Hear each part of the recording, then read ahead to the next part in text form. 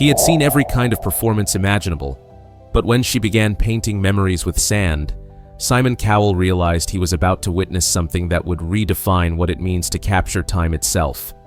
The America's Got Talent Theater hummed with its familiar electric energy, cameras positioned to capture every moment of drama and surprise that defined the show's appeal. Simon Cowell sat at the judges' table, his sharp gaze scanning the stage with the practiced assessment that had become his trademark over decades of evaluating hopeful performers.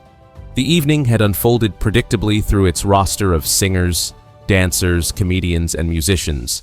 Each act had brought their own interpretation of talent to the stage, some succeeding brilliantly, others falling short, but all contributing to the reliable rhythm that kept audiences engaged. Simon checked his notes, tracking the show's pacing and preparing for the remaining acts that would complete another successful night of auditions. But what was about to appear on stage would challenge every assumption he had ever made about the relationship between art, memory, and the ways we preserve the stories that define our lives. Her name was Isabella Santos, 24 years old, and she was carefully wheeling something onto the stage that looked more like scientific equipment than performance art. A massive glass table, approximately 8 feet by 4 feet, elevated on a stand that brought it to perfect working height. Beneath the clear glass surface, an intricate system of LED lights waited to illuminate whatever would happen above. Surrounding the table were dozens of containers, each filled with sand in different colors and textures.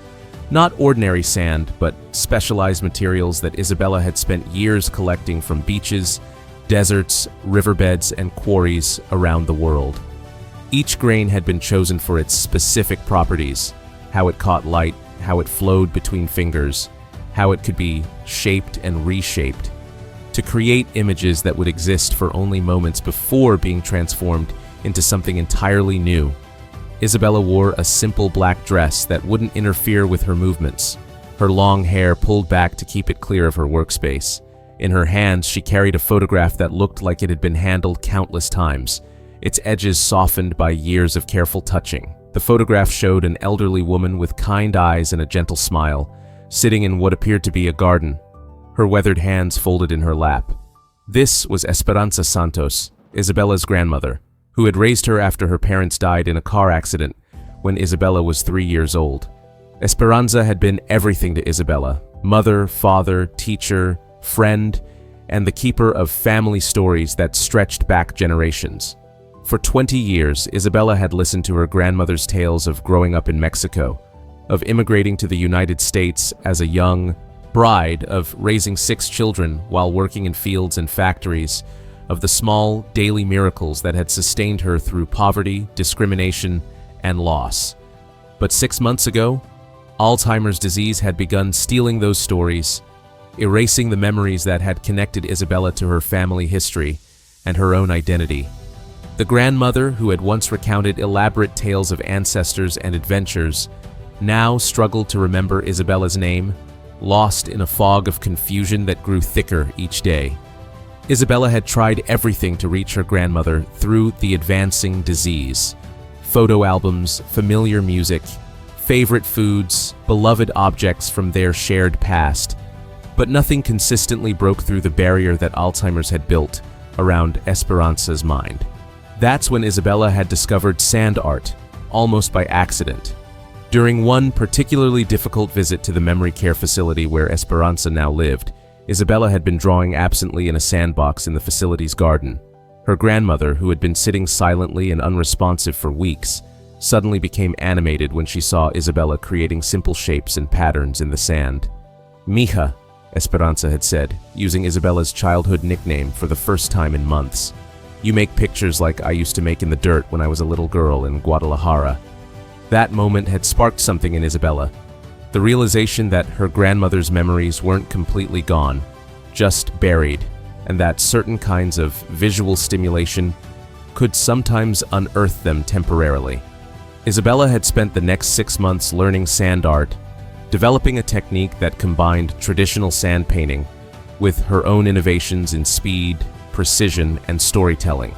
She discovered that she could create detailed, emotionally resonant images using different colors and textures of sand, building scenes that captured not just visual information, but emotional experiences. Her specialty became what she called memory portraits, sand paintings that told the stories of people's lives, their relationships, their most important moments. Each image would exist for only minutes before Isabella transformed it into the next scene, creating a flowing narrative that captured the essence of a life in sand and light. Isabella had performed her memory art for small audiences, family gatherings, community events, local art festivals, but she had never attempted anything like what she was planning for tonight. A complete biographical portrait of her grandmother's life, told through sand paintings that would capture 90 years of experiences in less than 10 minutes. The stage manager approached her. "Isabella, you're ready?" Isabella nodded, placing her grandmother's photograph carefully beside her sand containers and checking that her lighting system was properly calibrated. She had practiced this presentation dozens of times, but standing here in the wings of America's Got Talent, she understood that no amount of preparation could ready someone for the moment when private art becomes public memory. She positioned herself behind her glass table, surrounded by her carefully arranged sand materials, and prepared to paint her grandmother's life in grains of colored earth. The audience's reaction was immediate curiosity. Here was something they had never seen before on the AGT stage, an elaborate setup that looked part art studio, part laboratory, part meditation space. Isabella stood behind her glass table like a scientist preparing for an important experiment, but there was something in her bearing that suggested this was about much more than technical demonstration. Simon leaned forward, his interest piqued by the novelty and obvious complexity of what he was seeing. In 15 years of judging, he had never encountered a performance medium quite like this. "Hello," Simon said, his voice carrying clearly across the theater. "What's your name, and what exactly are you planning to do with all that sand?" Isabella looked directly at Simon, her expression serious but warm. "My name is Isabella Santos, and I'm going to tell you the story of my grandmother's life using sand art. But I should explain why this matters more than just entertainment." Simon felt something shift in the atmosphere. This wasn't going to be a typical performance. "My grandmother raised me after my parents died," Isabella continued. "For 20 years she was my whole family, the keeper of all our stories and memories. But 6 months ago, Alzheimer's disease began taking those memories away. Now she doesn't remember her own life, doesn't recognize me, can't access any of the experiences that made her who she is."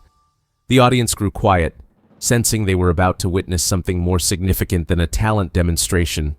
"I'm going to paint her memories with sand," Isabella said, "because I realized that if I don't preserve her stories somehow, they'll disappear forever. This is my way of making sure that everything she was, everything she gave to our family, continues to exist even after her mind can no longer hold it." Simon was struck by the weight of what Isabella was proposing. "You're going to tell your grandmother's entire life story through sand painting?" "In 8 minutes," Isabella confirmed. "Each image will exist for only moments before I transform it into the next scene. Just like memory itself, always flowing, always changing, but somehow holding the essence of what came before." Simon nodded slowly, understanding that he was about to witness something that transcended entertainment and entered the territory of preservation, love, and the fight against forgetting. "Whenever you're ready," Simon said.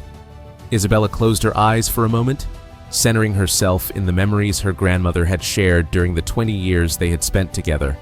Then she began to work. Her hands moved with practiced precision, pouring sand in different colors and textures onto the glass surface, creating the first image with movements that looked like a combination of drawing, sculpting, and meditation.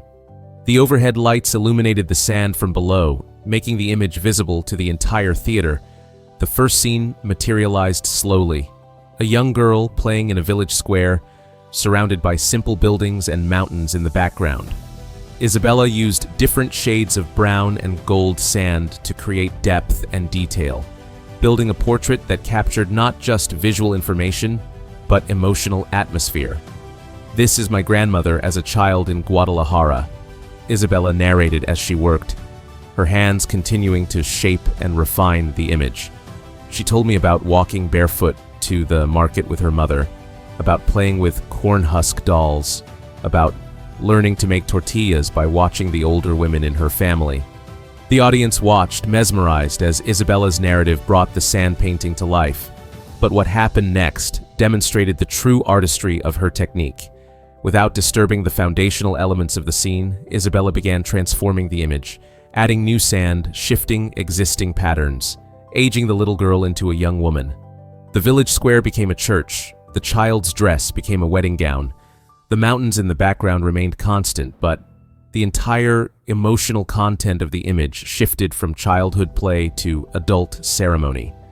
"At 18, she married my grandfather," Isabella continued, her hands moving with fluid confidence. They had only known each other for 6 months, but she said she knew he was kind because of the way he helped his mother tend her garden. Simon found himself completely absorbed in watching someone create visual biography through sand and light. Isabella's technique was flawless, but more impressive was her ability to capture emotional nuance through such an ephemeral medium. The wedding scene transformed into an image of a young couple crossing a border, their belongings in simple bundles, hope and uncertainty visible in their posture. Isabella used lighter sand to create clouds and horizon lines, darker materials for the figures, creating a composition that conveyed both movement and the gravity of leaving everything familiar behind. "They came to California in 1962, Isabella said, her voice carrying the weight of family history. "My grandmother was pregnant with their first child, and terrified she would give birth in a foreign country where she didn't speak the language. The border crossing became a hospital room, the young woman now holding a baby. Exhaustion and joy mingled in the curves of sand that suggested her expression. Isabella's ability to convey complex emotion through such a simple medium was becoming evident to everyone watching. But Isabella was just beginning to demonstrate what memory art could accomplish. The hospital scene flowed into an image of a woman working in agricultural fields, baby strapped to her back, bent over crops under a harsh sun. The composition spoke of determination, sacrifice, and the kind of love that works 18-hour days to provide for family. She picked strawberries, cleaned houses, took care of other people's children while raising 6 of her own," Isabella narrated, her hands adding details that made the sand painting look like it was moving, breathing, alive with the energy of hard work and stubborn hope. Scene after scene flowed across the glass table, children growing up in small apartments, family celebrations around kitchen tables, graduations and weddings and births, the accumulation of small victories and daily struggles that define most lives. Simon realized he was witnessing something unprecedented in his experience of talent shows. This wasn't just performance art, this was living memorial, a daughter's refusal to let her family's history disappear into the silence of Alzheimer's disease. Isabella's pace increased as she approached the final scenes of her grandmother's life. The images became more recent, more personal. An elderly woman teaching a young Isabella to cook, sitting together in gardens, reading bedtime stories, passing on the tales that had connected their family to its roots. The penultimate image was heartbreaking in its simplicity. An elderly woman sitting in a chair, confusion clouding her expression, no longer recognizing the young woman standing beside her. "This is my grandmother now," Isabella said, her voice breaking slightly. "She doesn't remember her childhood, her marriage, her children, or the stories that kept our family connected to its history. But I remember, and as long as I remember, these stories continue to live." For the final transformation, Isabella swept her hands across the sand, erasing the image of confusion and loss, replacing it with something entirely different, a portrait of the same elderly woman, but surrounded by swirling patterns that suggested wind, movement, freedom from the constraints of failing memory. "This is how I choose to remember her," Isabella said, completing the final details of the image. "Not as someone whose mind is failing, but as someone whose stories have become part of me, whose love continues to shape everything I do." The silence that followed was profound. The audience seemed unsure whether to respond with applause or something more reverent. What they had just witnessed felt too sacred for ordinary entertainment, acknowledgement. Then Simon did something that surprised everyone, including himself. He stood up from the judges' table and began to applaud, not the polite recognition of a skilled performance, but the sustained emotional appreciation that acknowledges genuine artistry. The rest of the judges followed, then the entire audience. But Simon wasn't finished. He walked around the judges' table and approached the stage, still applauding, his expression showing something close to awe. Isabella stood behind her sand table, the final image of her grandmother still glowing under the lights, watching Simon approach with surprise and hope.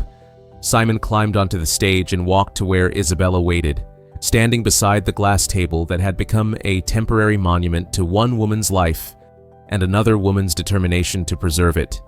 "Isabella," Simon said, his voice thick with emotion, "in 15 years of judging talent competitions, I have never seen anything like what you just did." Isabella waited, uncertain whether his response indicated success or confusion. "You didn't just perform for us," Simon continued. "You preserved something precious. You took memories that were disappearing and made them visible, shareable, permanent in a way that transcends the temporary medium you used to create them." Simon looked down at the sand painting, still vibrant under the stage lights. "This isn't just art," he said. "This is love made visible. This is what it looks like when someone refuses to let the people they care about disappear, even when disease tries to erase them from memory." Isabella's eyes filled with tears, but she was smiling. "Your grandmother may not remember her stories anymore," Simon continued, "but because of what you've done tonight, millions of people now know something about her life, her courage, her love. You've made sure she won't be forgotten." Simon turned to address the entire theater. "Ladies and gentlemen, Isabella Santos has just demonstrated something extraordinary. She's shown us that art isn't just entertainment. It's preservation, resistance against forgetting, a way of keeping love alive even when memory fails." As the golden buzzer activated and confetti began falling around them, Simon gestured to Isabella's sand table. "This sand will blow away, but what you've created here tonight, the memories you've shared, the love you've demonstrated, that's permanent." After the cameras stopped rolling, Simon spent time with Isabella, learning more about her grandmother and the journey that had led to her developing memory art as a form of family preservation. "You know what moved me most about your performance?" Simon asked. "It wasn't just the technical skill, though that was remarkable. It was watching you transform sand into time, temporary materials into permanent meaning." Isabella carefully photographed her final sand painting before beginning to pack her materials. "I learned that memories don't have to disappear just because minds forget them. If we pay attention, if we practice remembering, we can keep the people we love alive through story, through art, through the decision to bear witness to their lives." Simon realized he had learned something profound about the relationship between art and memory, about the ways love could transcend the limitations of disease and time. 6 months later, Isabella established the Memory Arts Foundation, teaching families dealing with dementia and Alzheimer's how to use various art forms to preserve and share the stories of their loved ones. Sand art, painting, sculpting, digital storytelling, all became tools for fighting against forgetting. The Foundation's first major project was a traveling exhibition called Before We Forget, featuring memory art created by families around the world. Each piece told the story of someone whose memories were being claimed by disease, but whose life continued to matter through the artistic testimony of people who refused to let them disappear. Isabella's grandmother, Esperanza, lived for 2 more years after the AGT performance. Though she never regained her memories, something in her seemed to respond when Isabella performed sand art during visits. Even when she couldn't remember their relationship, Esperanza would become calm and focused when Isabella created images in sand, as if recognizing some deep connection to the art form that had once brought them together. When Esperanza passed away, Isabella performed a final sand art piece at her memorial service. The same biographical journey she had created on the AGT stage, but expanded, enriched with additional stories from family members who had been inspired by Isabella's example to share their own memories. The sand from that final performance was preserved in small containers that were given to family members, each grain holding the essence of a life fully lived and completely remembered. But perhaps most importantly, Isabella's work had inspired a movement. Families around the world began creating their own memory art, understanding that the fight against forgetting required active participation, creative resistance, and the courage to make private love public.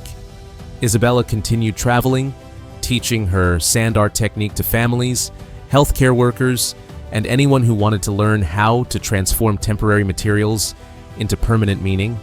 But she always carried with her the lesson that had driven her to that AGT stage, that love requires witnesses, that memory is a practice, and that sometimes the most important art is the kind that ensures beautiful lives are never forgotten.